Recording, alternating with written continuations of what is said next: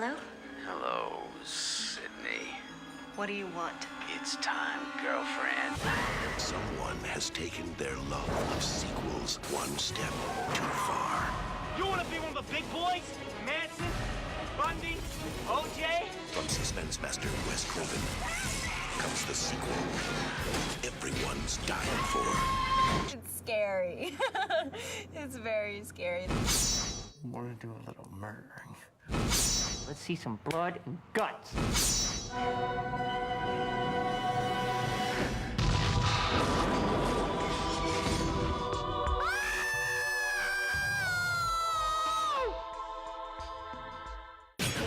There are red herrings everywhere, and you don't know who to trust, and you don't know which way to turn, and there's nothing that's scarier than that.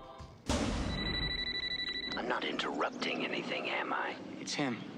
He can see us. Do you want to die tonight? We all have a place in our hearts for horror. You know, everybody likes to be scared. But Scream, I got scared a lot. I got scared a bunch of times, but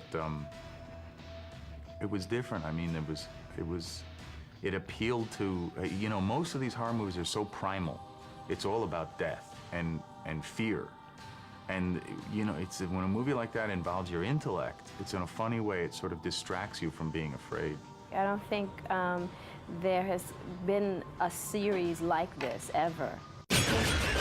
When I finished Scream 1, when I sat down with it and I actually finished the script and I sat down and said, the story's not over yet. There's something, you know, I've sort of interrupted it at a particular point, but I think there's another whole movie here.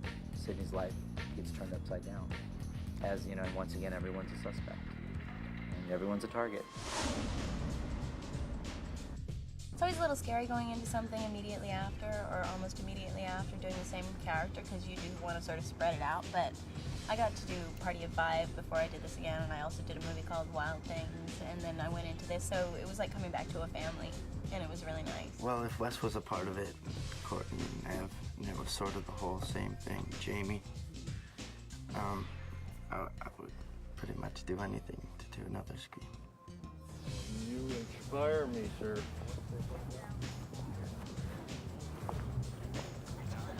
It's called Make It Nice with the director. You know, it was like going back home. It was so easy just to fall right back into the same rhythm. Now, if you'll excuse me, I have some oozing to do.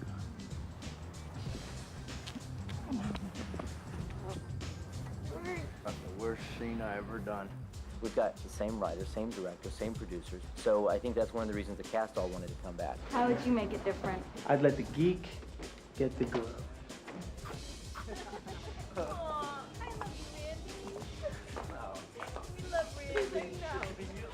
I knew that Kevin was going to write the script again.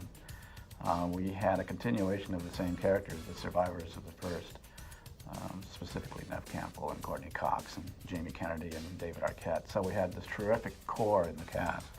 And then we had the buzz of a hit picture before us to bring in even more new cast at a very high level.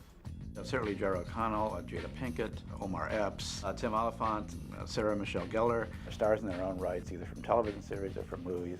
Seriously, Wes, why can't he just walk down the steps? Can he hit a mark? He can hit a mark. Put a dog biscuit in there with a mark. Rudy, can you hit a mark? See that? Very attentive dog. Just a mark. Are you on the SAG, steps. Rudy? Sag again. All right, you got it. Put him in there.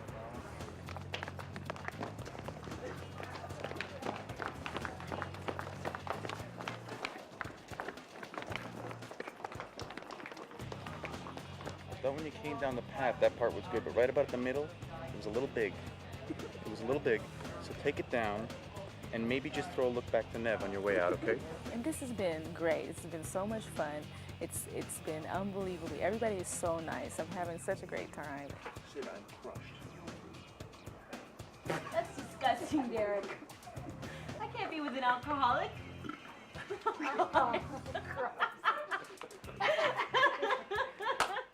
Cue Lois before I puke.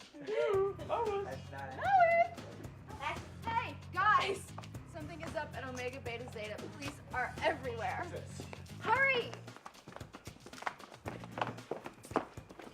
I think the mystery in this one is just as complex and baffling and ultimately surprising as in the first.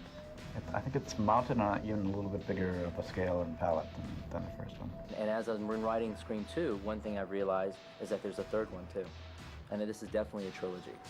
No, you sing the note and we'll find it. I think I love you? Yeah. I'm self-conscious. That's it. Okay, so you're singing an A. A? So we'll give you an A before we overtake. Is that a good tune? I mean, As long as you have a good note. It should be whatever you can sing it. Whatever you sing in it. I mean, tell me something. Is that like Sinatra's key? I don't know what it's all about. I don't know what I'm up against. I've got too much to think about. Hey, I think I love you, wrong table. So what am I so afraid of? I'm afraid that I'm not sure of. A love there is no cure for. Wally table, I think I love you. Isn't that what life is made of? My foot just with the chicken. So what do you say? I think I love you, so what am I so afraid of? Afraid that I'm not sure of a love there is no cure for. I think I love you, isn't that what life is made of? So it worries me to say that I never felt this way, yeah. Believe me, you really don't have to worry. I only want to make you happy, and if you say, hey, go away, I will. But I think better still, I better stay around and love you. Do you think I am the king? Let me ask you to your face, I think I love you. I think I love you, so what am I so afraid of? Afraid that I'm not sure of a love there is no cure for. I think I love you, isn't that what life is made of? So it worries me to say that I never felt this way, yeah. Cut! Print! Check the gates!